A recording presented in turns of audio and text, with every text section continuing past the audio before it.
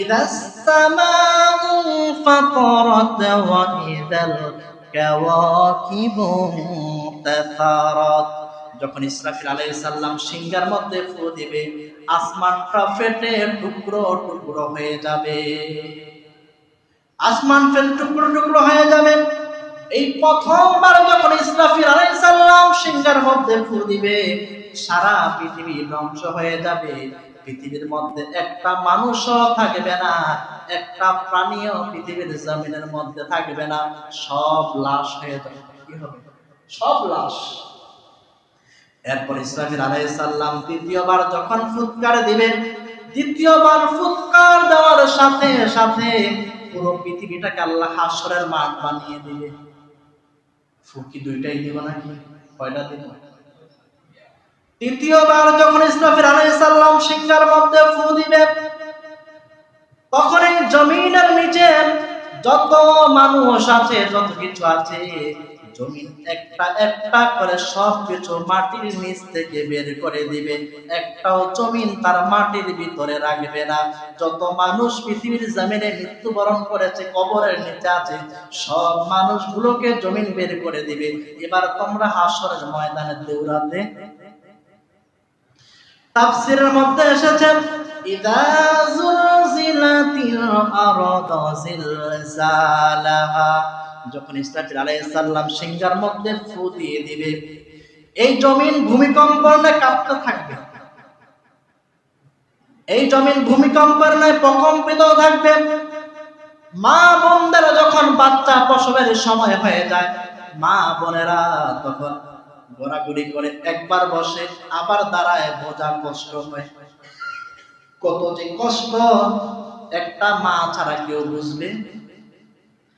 এই জমিন ইসরাফিল আলাইহিস সালাম যখন সিংহার মধ্যে ফু দিয়ে দিবেন, এই জমিনের একটা প্রসব বেদনা শুরু হয়ে যাবে।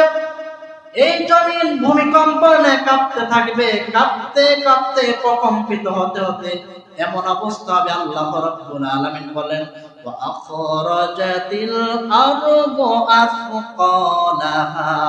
মা বোনদের সন্তান যখন প্রসব হয়ে যায়, শরীরটা কি হয়? পাতলা হয়ে যায় না? ঠিক জমিন যখন এই দুনিয়ার জমিন থেকে নিচ থেকে যখন মানুষগুলো সব বের করে দিবে, তখন জমিনের দেহটাও পাতলা হয়ে যাবে। সেদিন একটা মানুষও জমিন বহন করবে না, সবাইকে জমিন বের করে দিবে, সব খালি করে দিবে। সেদিন হাসরের ময়দানে যখন মানুষগুলো দাঁড়াবে, একটা মানুষের গায়ের মধ্যে কোনো পোশাক থাকবে নাকি? কোন মানুষের গায়ের মধ্যে কোনো পোশাক, কোন নারীদেরও থাকবে না, কোন পুরুষেরও থাকবে না, সবাই উলঙ্গ। সবাই উলঙ্গ দাঁড়াবে। এই আয়াতটা নাযিল হওয়ার পরে আয়েশা রাদিয়াল্লাহু তাআলা কাঁদতে কাঁদতে বললেন, ইয়া রাসূলুল্লাহ, ইয়া হাবিবাল্লাহ, সবাই যেদিন উলঙ্গ অবস্থায় দাঁড়াবে, আমি আয়েশাও কি ওই দিন উলঙ্গ অবস্থায় দাঁড়াবো নাকি? আম্মা জান আয়েশা রাদিয়াল্লাহু তাআলা প্রশ্নের জবাবে আল্লাহর হাবিব সাল্লাল্লাহু আলাইহি ওয়াসাল্লাম বলল, আয়েশা রে, মনে রেখে দিও রে আয়েশা, তুমি চিন্তা করতেছো রে আয়েশা, ওই দিনটা এত ভয়ঙ্কর হবে রে আয়েশা, কেউ কারো দিকে তাকাইবার ক্ষমতাটাও পাবে না। সবাই নিজের পেরেশান থাকবে, হায় হায় আজকে কি হয় আমার, কেউ কারো দিকে তাকাইবার ক্ষমতাও পাবে। আম্মা জান আয়েশা রাদিয়াল্লাহু তাআলা বললেন, ইয়া রাসূলুল্লাহ, ইয়া হাবিবাল্লাহ, তাহলে জানতে চাই গো রাসূল, সবাই উলঙ্গ অবস্থায় দাঁড়াবে গো রাসূল, আপনি রাহমাতাল লিল আলামিন, আপনিও কি ওই উলঙ্গ অবস্থায় দাঁড়াবেন নাকি? আমার রাসূল কি উলঙ্গ অবস্থায় দাঁড়াবে নাকি? আল্লাহ রাসূল বললেন, আয়েশা, আয়েশা, এটা তুমি কি বললে রে আয়েশা? ওই দিন সবাই উলঙ্গ অবস্থায় দাঁড়াবে রে আয়েশা, কিন্তু আমি রাহমাতাল লিল আলামিন, আমি হায়াতুন নবী, জিন্দা নবী, ওই দিন উলঙ্গ অবস্থায় দাঁড়াবো। আম্মা জান বলল, ইয়া রাসূলুল্লাহ, তাহলে আপনি কি পরে দাঁড়াবেন? আল্লাহ রাসূল বলল, আয়েশা, ওই মুসিবতের সময় আমি রাসূলুল্লাহ সাল্লাল্লাহু আলাইহি সাল্লাম যে কাপড়ের কাপড়টা পরে আমি রওজা শরীফের মধ্যে যাব রে আয়েশা, কিয়ামতের ময়দানে আমি ওই কাফনের কাপড়টা পরিধান করে আমি হাসরের ময়দানে উঠে দাঁড়াবো। আমি কাফনের কাপড় পরিধান কি অবস্থায়? ইয়া রাসূলুল্লাহ, ইয়া হাবিবাল্লাহ, জানতে চাই গো রাসূল, তাহলে বলুন তো কিয়ামতের ময়দানে আল্লাহ রাব্বুল আলামিন তাহলে সর্বপ্রথম কাকে আল্লাহ জান্নাতের পোশাকটা পরিধান করাবে, কাকে দিবেন? আল্লাহ রাসূল বললেন, কিয়ামতের ময়দানে সর্বপ্রথম হাশরের মাঠে আল্লাহ আমি রাসূলকে জান্নাতের পোশাকটা দিবে। তবে রে আয়েশা, মনে রেখো, আমি রাহমাতাল লিল আলামিন জান্নাতের পোশাক পরার আগে আরেকজন নবী পোশাকটা গায়ে দিবে। আম্মা জান বলল, ইয়া রাসূলুল্লাহ, ইয়া হাবিবাল্লাহ, উনি কে?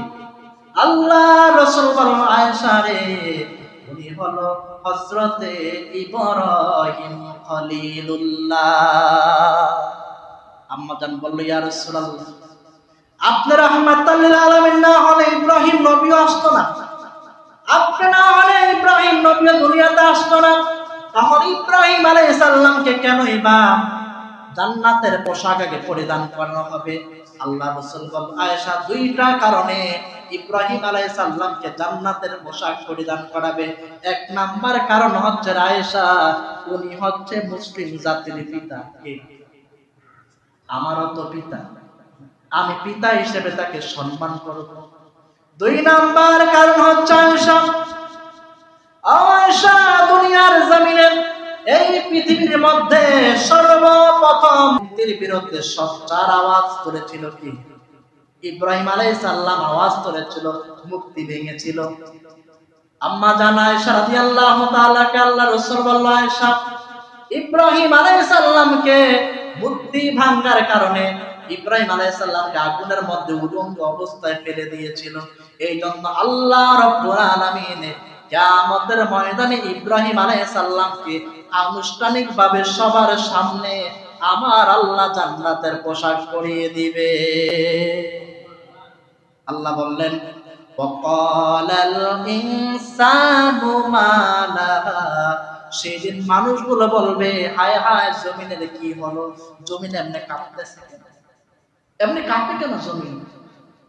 জমিনের কি হলো?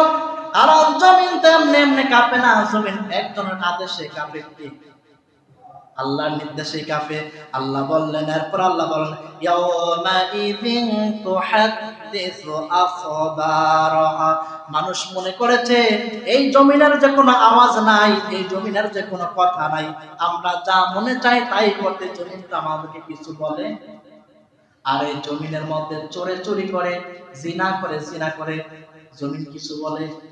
ওজনওয়ালা ওজনে কম দেয়, জমিন কিছু বলে? আমরা যা কিছু করি জমিনের মধ্যে কিন্তু সব রেকর্ড হচ্ছে। এই জমিনের মধ্যে সব রেকর্ড হচ্ছে। এই জমিন কিয়ামতের ময়দানে একটা একটা করে সব আমার আল্লাহ রাব্বুল আলামিনকে তিনি জানিয়ে দিবেন। এই জন্য আল্লাহ রাব্বুল আলামিন বললেন, ইয়াউমা ইযিন তুহাদ্দিসু আখবারাহা, সেদিন এই জমিনের মধ্যে কিছুই লুকায়ে থাকবে না, জমিন সব কিছু আমার আল্লাহকে জানিয়ে দিবেন। আল্লাহ বলেন, ইয়াউমা নাখতিমু আলা আফওয়াহিহিম ওয়া তুকাল্লিমুনা আইদিহিম ওয়া তাশহাদু আরজুলুহুম বিমা কানু ইয়াকসিবুন। সেদিন আমরা যখন এই জবান দিয়ে যখন আমরা মিথ্যা বলা শুরু করব, আল্লাহ রাব্বুল আলামিন জবানের মধ্যে তালা লাগিয়ে এবার হাত পায়ের জবানকে খুলে দিবেন কে? ওয়াখির দাওয়ানা আলহামদুলিল্লাহি রাব্বিল আলামিন। সময় স্বল্পতার কারণে শেষ করা সম্ভব হলো না।